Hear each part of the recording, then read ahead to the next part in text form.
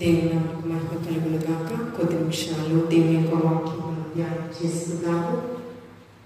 వాక్యం అయినప్పుడు ఈ దేవుడు మనతో ఏం మాట్లాడబోచున్నాడు.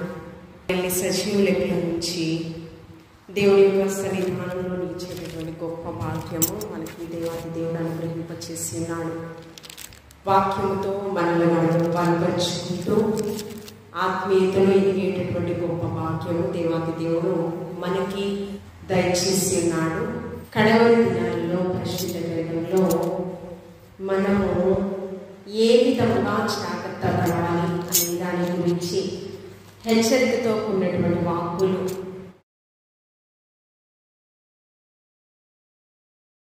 పరిశుద్ధాత్మ దేవుడి మనకి తెలియపరుస్తూ ఉన్నాడు. ప్రకటన గ్రంథంలో ఈ ప్రకటన గ్రంథాన్ని రాసింది జబదయి కుమారుడు భక్తుడైనటువంటి యోహాను గారు. 12 మంది శిష్యులలో ఒక శిష్యుడు ఈ యోహాను. శిష్యులు చాలా మంది ఉన్నారు, కానీ యేసయ్య ప్రేమించిన శిష్యుడు ఈ యోహాను. ఎవరండి?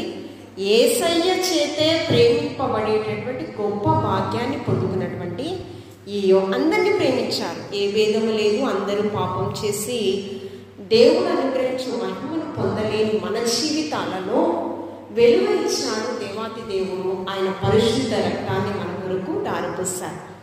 భూమి మీద నివసించే ప్రతి ఒక్క మానవుడిని ప్రేమించాడు అంతే. కానీ యేసయ్య స్పష్టంగా 3.5 సంవత్సరాల స్వార్థ పరిచర్యలో రాజ్య స్థాపన కొరకు ప్రయాసపడుతున్నప్పుడు 12 మంది శిష్యులలో అమితంగా ప్రేమించిన శిష్యుడు యోహానంట. ఈ యోహాను గారు ఆయన శిలువ సువార్తను ప్రకటించేసేటప్పుడు అనేకమైన శ్రమలు, నిందలు, అంతేకాకుండా పద్మాసు దివిలో యోహాను గారిని విడిచిపెట్టారు. శ్రమానుభవంలో ఉన్నాడు. ఈ శ్రమానుభవంలో దేవునితో సహవాసం చేస్తూ పరలోక రాజ్యాన్ని చూసే గొప్ప భాగ్యము యోహాను గారు పొందుకోవడం జరిగింది.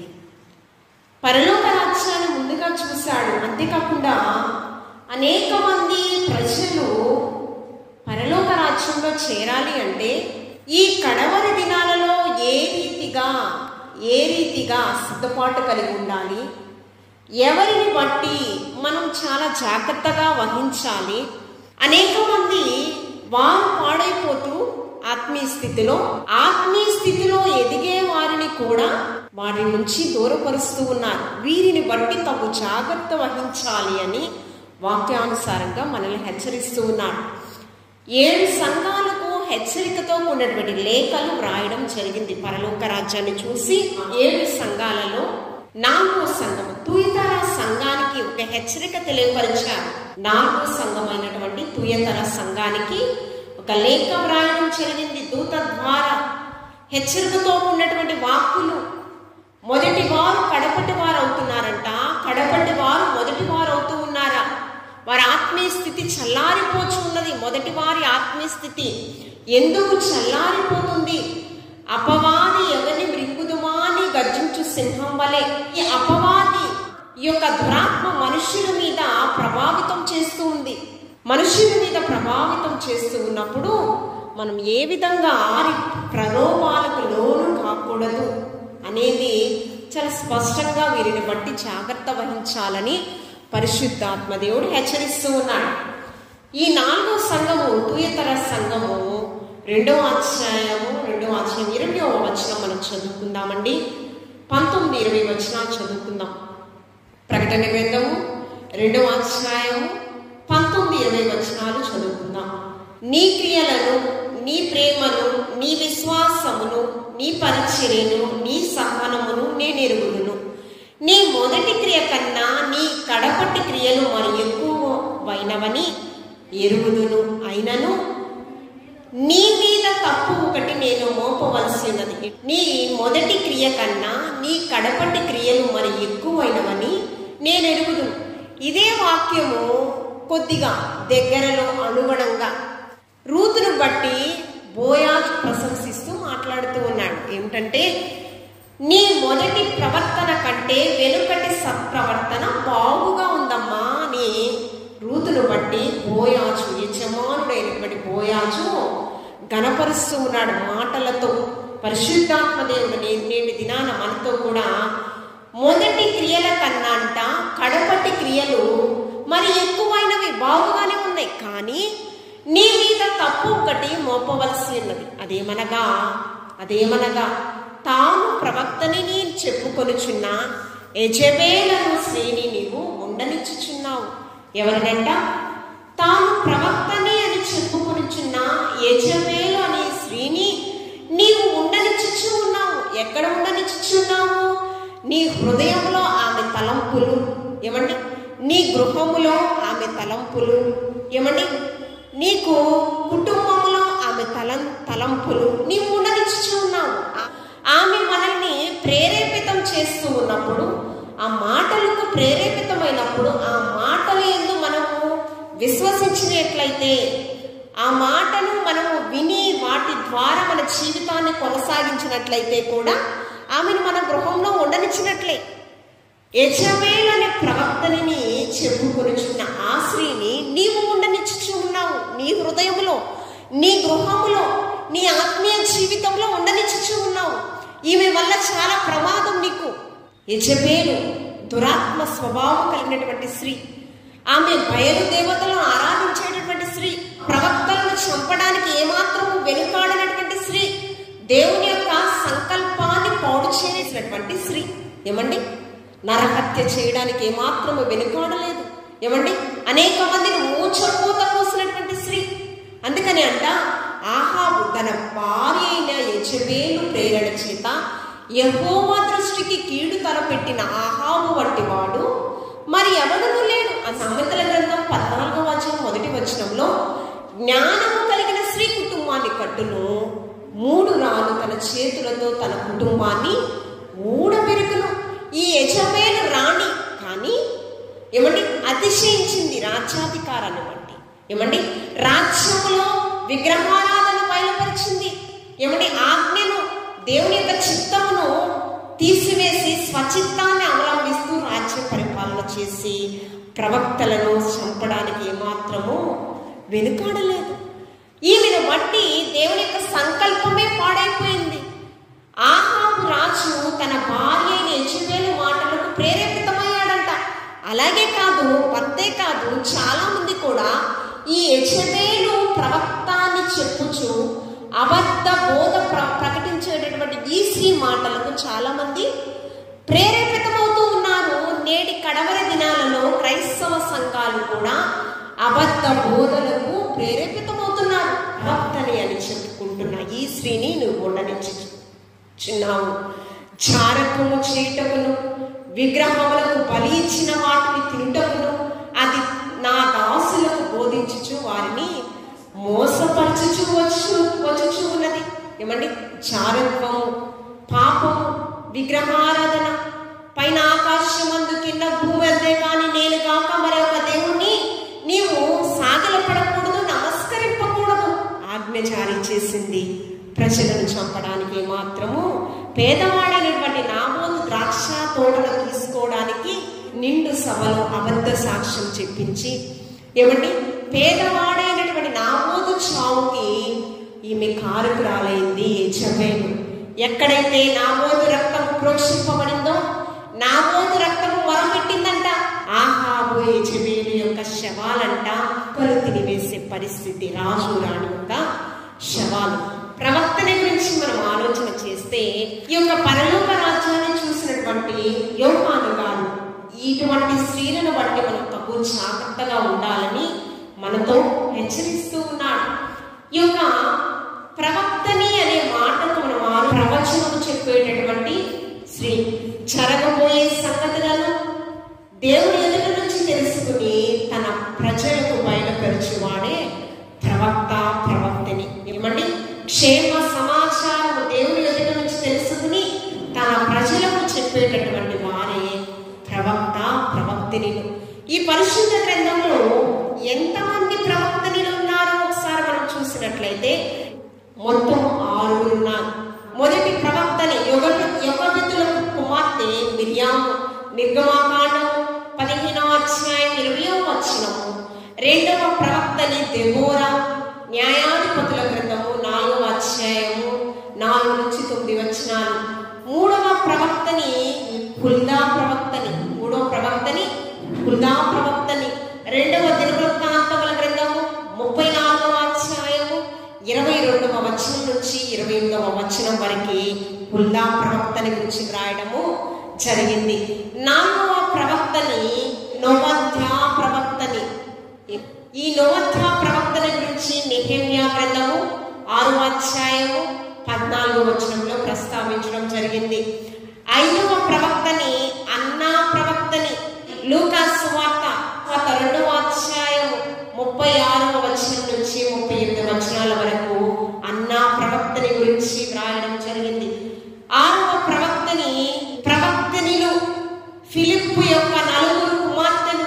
అపోస్తల కార్యములు 21వ అధ్యాయము 8-9 వచనాలు. అపోస్తలుడైనటువంటి ఫిలిప్పు కుమార్తెలంట 4 కుమార్తెలు ప్రవక్తనిలు. అంటే ఎంతమంది వచ్చారు? ఇప్పుడు మొత్తం 9 మంది ప్రవక్తనిలు ఉన్నారని పరిశుద్ధాత్మ దేవుడు పరిశుద్ధ గ్రంథంలో రాయడం జరిగింది. యెజబెల్ ప్రవక్తని కాదు, నేను ప్రవక్తని అని శాసనాన్ని అమలుపరుస్తూ స్వచిత్తాన్ని అవలంబిస్తూ రాజ్య పరిపాలన చేసింది కదా. నోవద్యా ప్రవక్తని గురించి చెప్పాను. ఈ నోవద్యా ప్రవక్తని గురించి కూడా మనం ఆలోచన చేస్తే ఈమె కూడా అబద్ధ ప్రవక్తే. ఏ విధంగా దేవుని యొక్క పరిచర్యను పాడు చేసిందో ఒకసారి చూద్దామండి. ఏ విధంగా దేవుని యొక్క పరిచర్యను పాడు చేసిందో చూద్దాము. నెహెమ్యా గ్రంథము. ఈ నెహెమ్యా గ్రంథంలో నోవద్యా ప్రవక్తని గురించి చాలా స్పష్టంగా వ్రాయడము జరిగింది. చూడండి, నెహెమ్యా గ్రంథము 6వ అధ్యాయము 14వ వచనం. నా దేవా, వారి క్రియలను బట్టి టోబియాను సల్బల్లటును నన్ను భయపెట్టవలెనని కనిపెట్టి ఉన్న ప్రవక్తలను నోవద్యాను ప్రవక్తని జ్ఞాపకము చేసుకో. కొంతమంది ప్రవక్తలంట నెహెమ్యా ప్రవక్తను భయపెడిచి ఉన్నారంట. ఏమండి, వారిలో ప్రవక్తలతో పాటు నోవద్యా అనే ప్రవక్తని కూడా ఉంది. వీరిని నీవు జ్ఞాపకం చేసుకో ప్రభువా. ఎందుకు జ్ఞాపకం చేసుకోవాలి? ఎందుకు నెహెమ్యాను భయపెట్టుచు ఉన్నారు అనేది మనం ఆలోచన చేస్తే, నెహెమ్యా గొప్ప ప్రార్థనా పరుడు. నెహెమ్యా మాటకు యెహోవా ఓదార్చువాడు. ఏమండి, నెహెమ్యా తన యొక్క పని ఏమిటంటే రాజు దగ్గర షూషాను కోటలో రాజు దగ్గర ఒక గిన్నె అందించేటటువంటి సామాన్యమైన వ్యక్తి. తన బాధ్యత ఏంటంటే రాజు దగ్గర షూషాను కోటలో రాజు దగ్గర గిన్నె అందించేటటువంటి సామాన్యమైనటువంటి వ్యక్తి. ఈ యొక్క మొదటి అధ్యాయంలో మనం చూస్తూ ఉన్నప్పుడు అర్తహషస్త రాజ్య పరిపాలనలో ఎవరండి? అర్తహషస్త రాజ్య పరిపాలనలో రాజు దగ్గర గిన్నె అందించేటటువంటి సామాన్యమైనటువంటి వ్యక్తి. చూడండి, నెహెమ్యా గ్రంథం మొదటి అధ్యాయం 11వ వచనం చదువుకుందాం. యెహోవా చెవియొగ్గి నీ దాసుడనైన నా మొరను నీ నామమున భయభక్తులతో కనపరచుటకు ఆనందించు నీ దాసుల మొర ఆలకించి ఈ దినమందు నీ దాసుని ఆలోచన సఫలపరిచి ఈ మనుష్యుడు నా యందు దయచూపునట్లు అనుగ్రహించమని నిన్ను బతిమాలుకొనుచున్నాను అని ప్రార్థించితిని. నేను రాజులకు గిన్నె అందించువాడనై ఉంటిని. ఏమందించేవాడంట? సామాన్యమైన పని అని అనుకుంటాం కదా.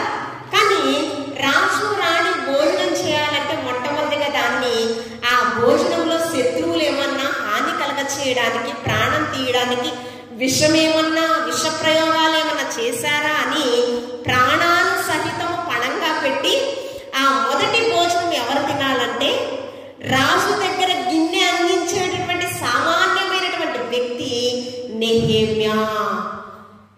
రాజు ప్రాణాలు తీయాలంటే మొదటగా ఎవరు ప్రాణం తీయాలి?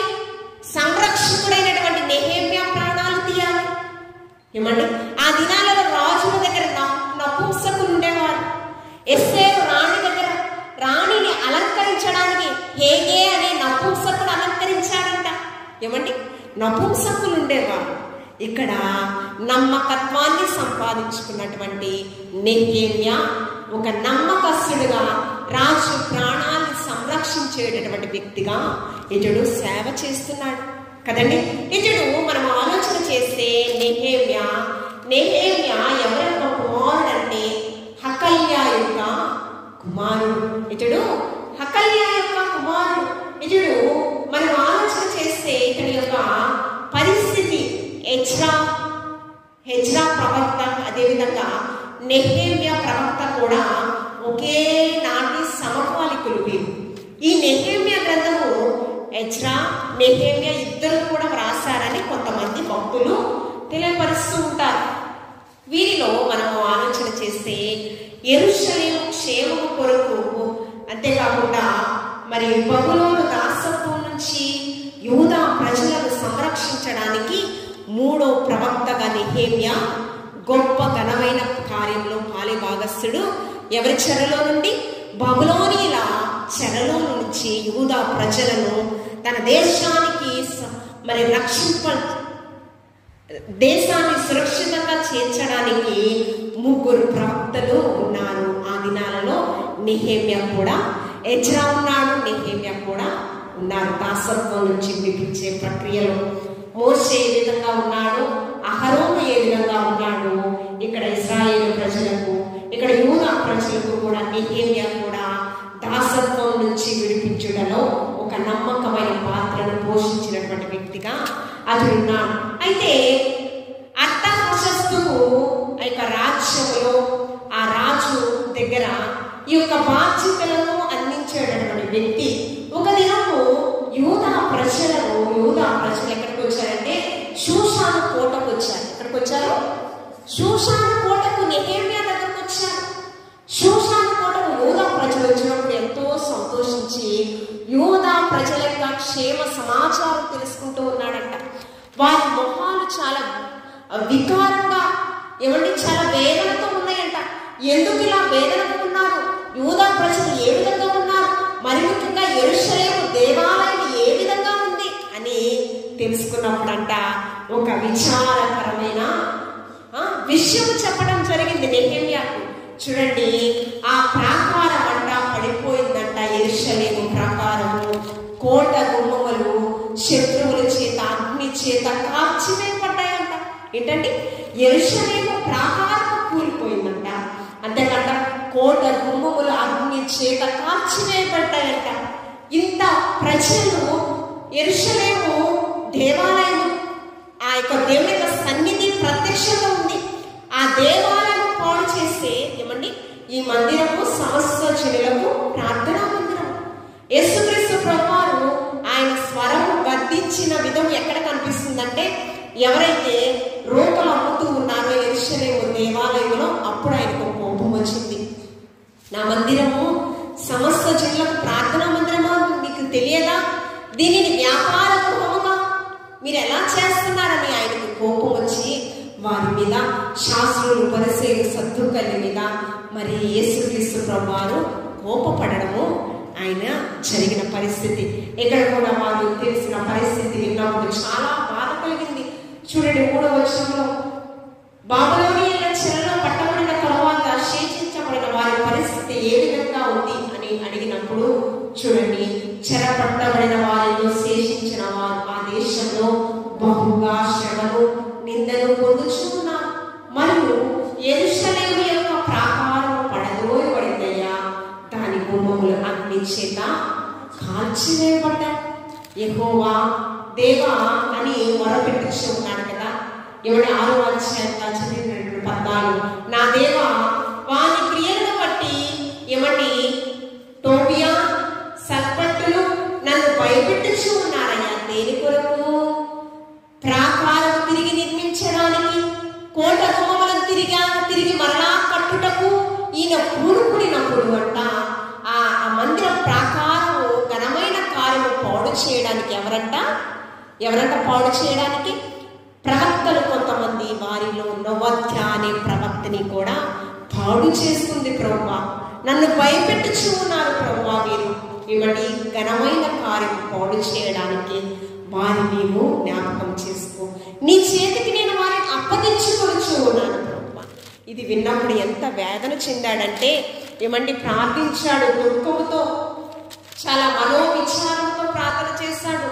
చూడండి ఏ విధమైన ప్రార్థన చేస్తూ ఉన్నాడంటే మొదటి అధ్యాయము 5-6 వచనం ఎట్లనగా, ఆకాశమున్న దేవా యెహోవా, భయంకరుడైన గొప్ప దేవా, నిన్ను ప్రేమించి నీ ఆజ్ఞలను అనుసరించి నడుచు వారిని, కటాక్షించే వారిని, నిబంధనలు స్థిరపరచువాడా, నీ చెవియోకి నీ నేత్రములు తెరిచి నీ సన్నిధిని దివారాత్రియు నీ దాసులైన ఇశ్రాయేలుల పక్షముగా నేను చేయు ప్రార్థన అంగీకరించుము.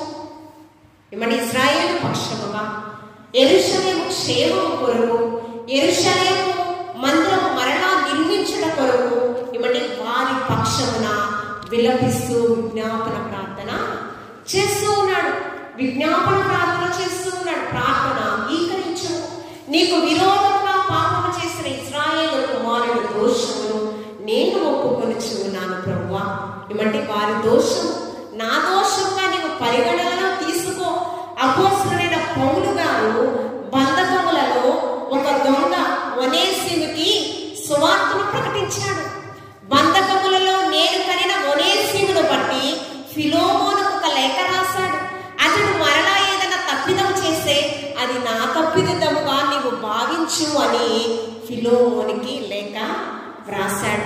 అంతేకాకుండా ఏమంటే అబీగైలు కూడా దావీదు తనతో ఉన్నటువంటి పనివారి నుంచి తన యొక్క సంతతి వారికి ఒక ఉగ్రత వస్తుందని తెలుసుకున్న అబీగైలు ఏం చేసిందండి, గాతపు మీద ఆహారం సిద్ధపరచుకుని అర్ధరాత్రి వేళ చెలికత్తెలను తీసుకుని వెళ్ళి ఏం చేసింది, దావీదుని ఎదుర్కొని గాతపు మీద నుంచి దిగి ఏం చేసింది, దావీదు గారికి సాష్టాంగ నమస్కారం చేసి నా భర్త తప్పిదము నా తప్పిదముగా నీవు భావించి మమ్ములను క్షమించయ్యా అని మాటతో అడగలేదండి.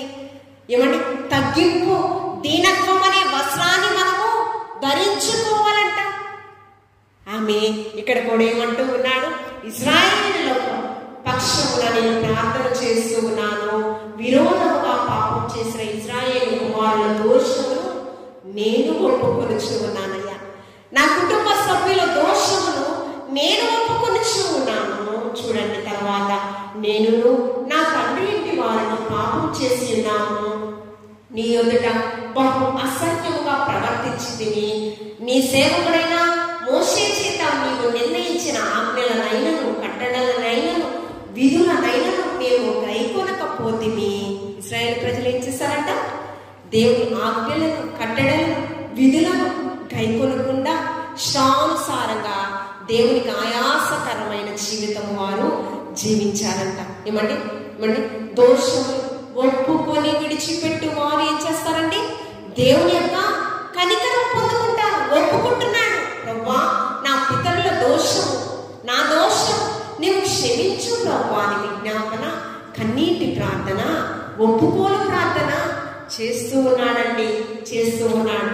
అయితే ప్రార్థనతోనే ఈ యొక్క ప్రాకారాన్ని మరలా నిర్మించుటకు, కోట గుమ్మములు మరలా కట్టుటకు ప్రార్థనతో పూనుకున్నాడు. ఎలా పూనుకున్నాడు, సొంత జ్ఞానంతో పూనుకోలే.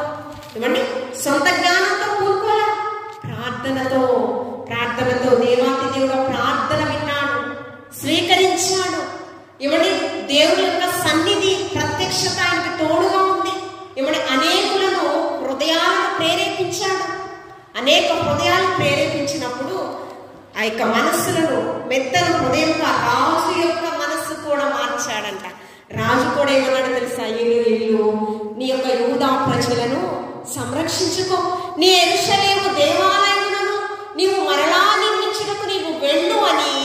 మరి ఆ యెరూషలేము దేవాలయం మరలా నిర్మించుటకు ఏమేమి కావాలో కొన్ని ఏమంటే ఉపకరణములు కూడా ఈ యొక్క నెహెమ్యాకి ఇవ్వడం కూడా జరిగింది.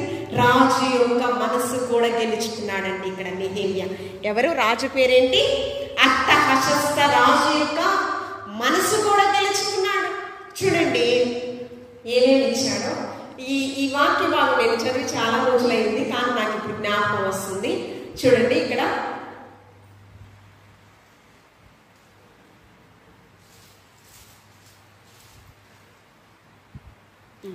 చూడండి 2వ అధ్యాయం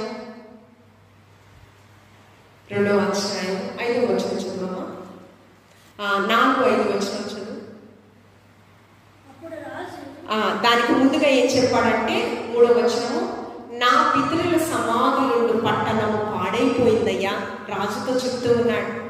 దాని గుమ్ముల అగ్ని చేత కాల్చబడి ఉండగా నాకు దుఃఖము లేకపోవునా. దుఃఖంగా ఉన్నాడంట. ఏ నెహెమ్యా ఇలా ఉన్నావేంటి దుఃఖముఖంతో ఉన్నావనంటే చెప్పాడు విషయం. దుఃఖముఖము లేకపోవునా అని రాజుతో అంటిని. అప్పుడు రాజు, ఏమి కావలసిన నీవు మనవి చేస్తున్నావని నన్ను అడగగా నేను ఆకాశమందలి దేవునికి ప్రార్థన చేసి రాజుతో, నీ సముఖమందు నేను దయ పొందిన ఎడల నా పితరుల సమాధులను పట్టణమును తిరిగి కట్లునట్టుగా నన్ను యూదా దేశముకు పంపుడని వేడుకొనుచున్నానని నేను మనవి చేసేది. అందుకు రాజు రాణి ఇరువురు కూడా తన యొద్దకు కూర్చుని ఉండగా, నీ ప్రయాణము ఎన్ని దినములు పట్టును, నీవు ఎప్పుడు తిరిగి వచ్చేదమని అడిగాను. నేను ఇంతకాలము చెప్పినప్పుడు రాజు నన్ను పంపుటకు చిత్తము గలవాడాయను. ఇదియోగాక రాజుతో నేను ఇట్లాంటిని, రాజు నాకు అనుకూలమైతే యూదా దేశముని నేను చేరు వరకు నన్ను దాటించినట్లుగా నది అవతలకును నున్న అధికారులకు తాకీదులను పట్టణ ప్రహారంలో మందిరముతో సంబంధించిన కోట భూములకును నేను ప్రవేశింపబో ఇంటికి దూలములు బ్రాములు మందిరము నిర్మించుటకు మరలా దూలములు బ్రాములు ఇచ్చినట్లుగా రాజుగారి అడవులను కాయు ఆశాపునకు తోడుగా ఉండి నాకు కృప చూపుచున్న నా దేవుని కరుణాహస్తము కొలది రాజు నా మనవి నాకు ప్రాణహాని కలగకుండా నా పితరుల దగ్గర వెళ్ళే వరకు కూడా దూతలను నాతో పంపించడమే కాదు, మందిరము మరలా నిర్మించడము కావాల్సిన ఉపకరణములు కూడా నాకు దయచేయ. రాజు రాణి యొక్క మనసు ఎంతగా గెలుచుకున్నాడో అక్కడికి మనకి కనిపిస్తుంది. అన్న రీతిగానే రాజు రాణి యొక్క మరి దయ పొందుకుని ఆ 9వ తర్వాత నేను నది అవతలనున్న అధికారుల యొద్దకు వచ్చి వారికి రాజు యొక్క తాకీదులను అప్పగించితిని.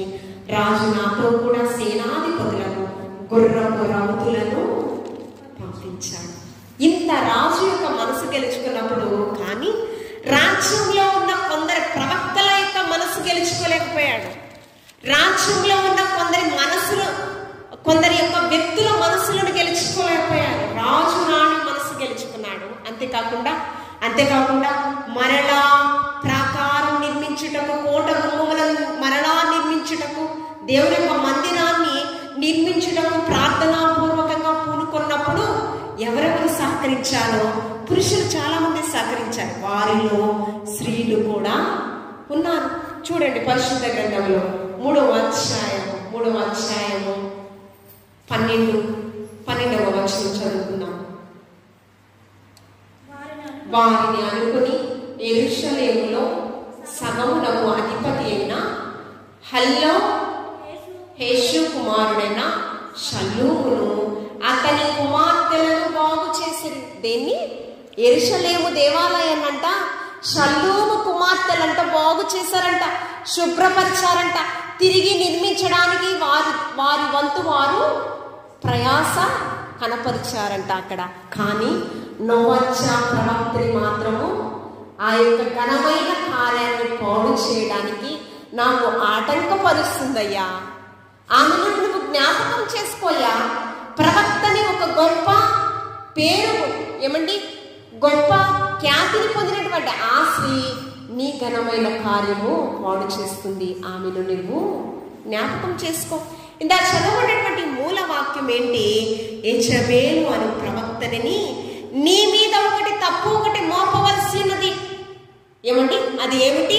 యెజబెలు అను అబద్ధ ప్రవక్తని నీవు నీ దగ్గర ఉండనిచ్చుచు మాటలకు ప్రేరేపితమయ్యి నీ హృదయంలో ఆమె మాటలు ఉండనిచ్చుచూ ఉన్నావు. నీవు గృహంలో ఆమె మాటలు ఉండనిచ్చుచూ ఉన్నావు. నీ ఆధ్యాత్మిక స్థితిని నీ నుంచి దూరపరచడానికి ఆమె నీకు కారకురాలైంది. అందుకని వాక్యం ఏంటి? దుష్ట సాంగత్యం ఏమవుతుందండి? మన మంచి నడవడిక పాడైపోతుంది. ఏమండి, అసలు ఎవరిని నమ్మలేని పరిస్థితిలో మనం ఉంటున్నాం. ఈ రోజుల్లో ఎవరు బలైపోతూ ఉన్నారంటే, ఎవరి బలి పశువులుగా వదకు తేబడిన గొర్రె పిల్లగా ఎవరున్నారంటే, పాపము లేని పరమ పవిత్రుడు బలి పశువుగా ఉన్నారు. ఏమండి, ఆ యేసుక్రీస్తు ప్రభువుని సిలువ వేసేటప్పుడు పిలాతు ఈయన ఎదుట నాకు ఏ దోషము కనపడలేదు. తన భార్య అంటుంది, పొద్దుకు ఈ వేళ నేను స్వప్నమందు ఒక దర్శనం చూశానయ్యా, ఆ నీతిమంతుని జోలికి నువ్వు వెళ్ళొద్దయ్యా అని పిలాతు భార్య చెప్పుచూ ఉన్నది. కానీ ఆ సభలో అందరేమంటూ ఉన్నారు? ఆ సభలో అందరేమంటున్నారు? శాస్త్రులు, పరిసయ్యులు, సద్దూకయ్యులు మాటలకు ప్రేరేపితమయ్యి ఆయనను సిలువ వేయండి, సిలువ వేయండి, సిలువ వేయండి అని అరుస్తూ ఉన్నప్పుడు వారి కేకలే గెలిచాయంట. బలి పశువుగా ఎవరయ్యారు? పవిత్రుడైన యేసుక్రీస్తు ప్రభు. అమ్మా, ఈ దినాలలో మనం చాలా బాగుంటాం ఆత్మీయ స్థితిలో. మన ఆత్మీయ స్థితిని నుంచి మనల్ని దూరపరచడానికి అపవాది మనుష్యుల్ని ఒక వెపన్గా వాడుకుంటూ ఉండింది. మనం జ్ఞాపకం చేసుకోవాలి, వాళ్ళు ఎలాంటి వాళ్ళు. వివేచన వరాన్ని ఇచ్చాడు దేవాది దేవుడు.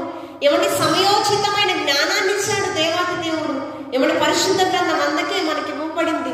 ఈ పరిశుద్ధ గ్రంథము ఎవరు ఏవి మాన్యమైనవో, ఏవి ఖ్యాతి కలిగినటువంటివో, ఏవి విలువ లేనటువంటివో, ఎలాంటి వ్యక్తులో తెలుసుకోవడానికి పరిశుద్ధ గ్రంథము మనకి ఇవ్వబడింది. ఏమంటే మన మేలు కోరుతారనుకుంటూ ఉంటాం. లేదండి, మన జీవితం దేవుని సన్నిధి నుంచి దూరపరచడానికి, వారి జీవితాలు పాడవడమే కాదు, మన జీవితాలు కూడా పాడు చేయడానికి వారు శత విధాలుగా. వారు ఎవరు అనుచరులు అంటే అపవాది అనుచరులు, అపవాది సంబంధులుగా యెజబెల్ ఉంది ఆ దినాలలో.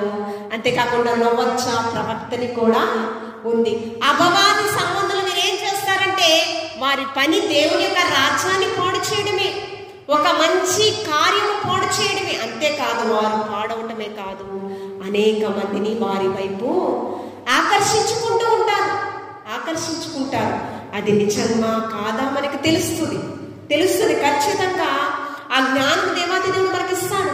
మనం పోరాడుతున్నది ఏంటండి? దురాత్మల సమూహం అంట.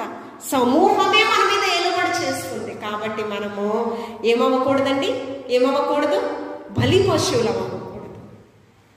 తగిన జ్ఞానం మనం సంపాదించుకోవాలి. తగిన జ్ఞానము మనం మన ఆత్మీయ జీవితాన్ని మనం కాపాడుకోవాలి.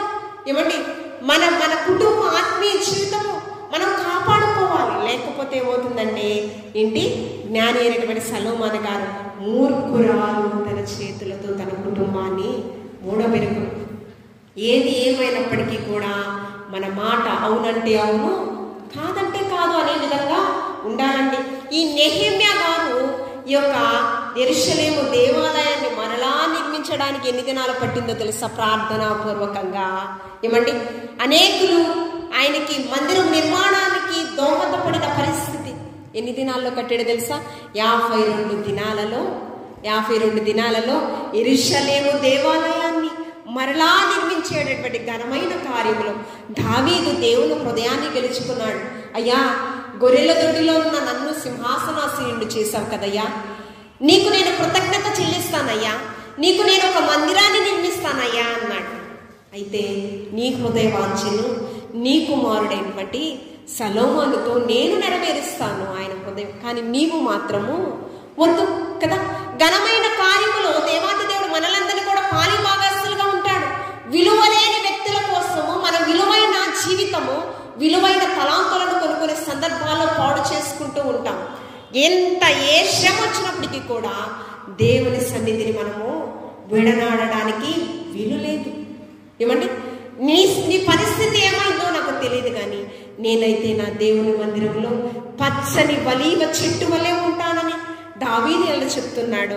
ఎవరి పరిస్థితులు ఎలా ఉన్నా కూడా ప్రార్థన అనే బలిపీఠాన్ని నా కుటుంబంలో కట్టుకుంటాను.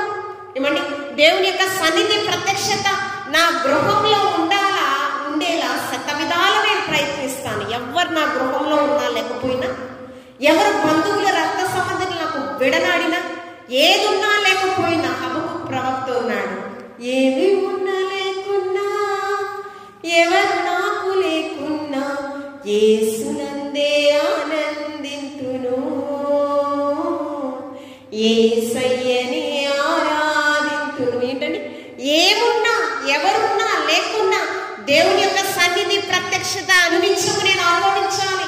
నా కుటుంబ సభ్యులను నేను దేవుని యొక్క సన్నిధిని ఆస్వాదించాలి అనే విధంగా మనము ఉండాలి. ఏమండి, కాబట్టి మనము లొవజ్జా ప్రవక్తని లాంటి వాళ్ళు, యెజబేలు లాంటి వారు, దురాత్మ స్వభావం కలిగినటువంటి వారు మన దగ్గరే ఉంటారు, మన కళ్ళ ముందే ఉంటారు. అవి మనం తెలుసుకోవాలి. తెలుసుకోకపోతే ఏమవుతుందంటే దేవుని సన్నిధి మన నుంచి వెడలిపోతుంది, దేవుని ఆశీర్వాదం మన నుంచి దూరం అవుతుంది. కాబట్టి మనము దేవాది దేవుడు మనకి ఇచ్చాడు సర్వాంగ కవచమైనటువంటి వాక్యం. శ్రమలు వస్తాయి, ఆ శ్రమను బట్టి మనం ఏం చేయాలంట? ధైర్యం వహించాలంట. క్రైస్తవులు అనే పేరును బట్టి మనం సంతోషించాలంట. క్రైస్తవులు అయినందుకు ఈ రోజున మనం ఎలా బ్రతకాలంట? మన మాట అవునంటే అవును, కాదంటే కాదు. రోషంతో దేవుని మందిరంలో ఎలాగ పవిత్రంగా ఉంటాం, ఎక్కడున్నా అలాగే మనము వహించాలి. నన్ను చూచువాడు త్రియేక దేవుడు, నా దాగు చోటు ఆయననే. కాబట్టి నాకు సమస్త ఆశీర్వాదాలు అనుగ్రహించేవాడు కూడా ఆయనే, నాకు ఒక మంచి మరణం ఇచ్చేవాడు కూడా ఆయనే, పరలోకానికి చేర్చేవాడు కూడా ఆయనే, నిత్య సుఖములు అనుగ్రహించేవాడు, భూ సంబంధమైన ఆశీర్వాదాలు, పరలోక సంబంధమైన ఆశీర్వాదాలు నా తరతరములు 1000 తరముల వరకు వర్ధిల్లింపచేవాడు ఆయనే. కాబట్టి ఆయన మీద మనం ఆనుకుని ఆధారపడి మనం బ్రతికితే ఘనమైన కార్యంలో పాలుభాగస్తులం అయితే ఖచ్చితంగా దేవుని కన్ను దృష్టిలో భద్రపరిచి మించినటువంటి ఆశీర్వాదాలు మనము, మన భర్త, మన బిడ్డలు, మనకు సమస్తం ఏమంటే దేవాది దేవుడు మనకి అనుగ్రహింపజేస్తాడు. ఆయన కృపలతో మన కుటుంబము నింపబడును కనుక ఈ దురాత్మక సంబంధమైనటువంటి యెజబేలు లాంటి వ్యక్తులకు, నొవజ్జా అలాంటి వ్యక్తులకు మనము వారి నుండి దూరపరచబడి మన ఆత్మీయ జీవితము మనము సంరక్షించుకుంటూ దేవునిలో మనమందరం కూడా ఫలించుదుము గాక. ఆమేన్. ఈ మాటలు దేవాతి దేవుడు మనందరి వెనుకల్లో బహుగా ఫలించును గాక. పరిశుద్ధుడా, ప్రేమ నమ్మకం కలిగిన మా కన్న తండ్రి, నీకు స్తోత్రం. నిజమే ప్రభువా, కడవరి దినాలలో ఎవరి పెరుగుదుమా అని అపవాది తనకున్న సమయం కొద్దిగా ఉందని విజృంభిస్తూ ఉన్నది ప్రభువా. మనుషులను చొరబడి ప్రభువా అపవాది బంధకములను ఛేదించే శక్తిని నాకు ఇవ్వు ప్రభువా అని గోజాడేటువంటి జ్ఞానము నీ ప్రియ బిడ్డలకి మీరు అనుగ్రహింపచేయండి. ఘనమైన పనిలో పాలిభాగస్తుడైనటువంటి నెహెమ్యా గారికి అనేకమైన శ్రమలు వచ్చినాయి, అనేకమైన కష్టాలు వచ్చినాయి ప్రభువా. మేము కూడా ఘనమైన కార్యంలో పాలిభాగస్తులు అవుతూ ఉన్నప్పుడు, సంఘ శ్రేయస్సు కొరకు, పురోగతి కొరకు ప్రయాసపడుతూ ఉన్నప్పుడు ప్రభువా, నీ రాజ్య స్థాపన కొరకు ప్రయాసపడేటువంటి పాత్రలుగా ఇక్కడ ఉన్న ప్రతి ఒక్కరిని మీరు ఆయుధపరచండి. అలా మేము బ్రతుకుచూ ఉన్నప్పుడు ప్రభువా అపవాది పలు విధాలుగా మనం ప్రేరేపితం చేస్తూ ఉన్నది ప్రభువా.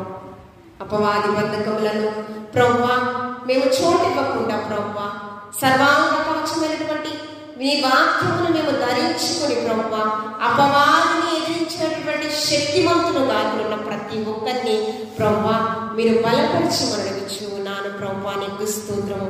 పరిశుద్ధుడా, నీ ఘనమైన పాత్రలుగా నీవిచ్చినటువంటి తలాంతులను సద్వినియోగపరుచుకుంటూ ప్రభువా నీకు స్తోత్రము. నీ కృపలను పొందుకునేటువంటి ధన్యతలో నీకు ఇక్కడున్న ప్రతి ఒక్కరిని మీరు ఆయుధపరిచి వారి వారి కుటుంబాలలో క్షేమం, సమాధానం, నెమ్మదిని మీరు దయచేసి పరలోక సంబంధమైన ప్రతి ఆశీర్వాదం మీరందరికీ మీరు అనుగ్రహింపచేయమని క్రీస్తు పరిశుద్ధ నామంలో అడిగి వేడుకుని ప్రార్థించుచున్నాము తండ్రి. ఆమేన్. పరలోకమందున మా తండ్రి, నీ నామం పరిశుద్ధపరచబడుగాక, నీ రాజ్యము కూర్చుండుగాక, నీ చిత్తం పరలోకమందు నెరవేర్చినట్లు భూమి యందును నెరవేర్చబడుగాక. మాకు కావలసిన ఆహారం నేను మాకు దయచేయము, మా రుణస్తులు మేము క్షమించిన ప్రకారం మానవులను క్షమించుము, మమ్మల్ని శోధనకి తాకిడి నుంచి తప్పించుము. ఎందుకంటే రాజ్యము, బలము, మహిమ నిరంతరము నీవై ఉన్నావు తండ్రి. ఆమేన్. తండ్రి, కుమార, పరిశుద్ధాత్మ త్రియేక దేవుని మెండు దీవెనలు ఇప్పుడు ఎల్లప్పుడూ సదాకాలము సమయము సద్వినియోగపరుచుకుని దేవుని యొక్క సన్నిధానంలో నిలబడిన ప్రతి ఒక్కరికి, వారి వారి కుటుంబాలకు ఈ స్వరం ఎంతవరకు వినబడుచున్నదో సకల పరిశుద్ధులకు సదాకాలం నిలిచి తోడలను గాక. ఆమేన్.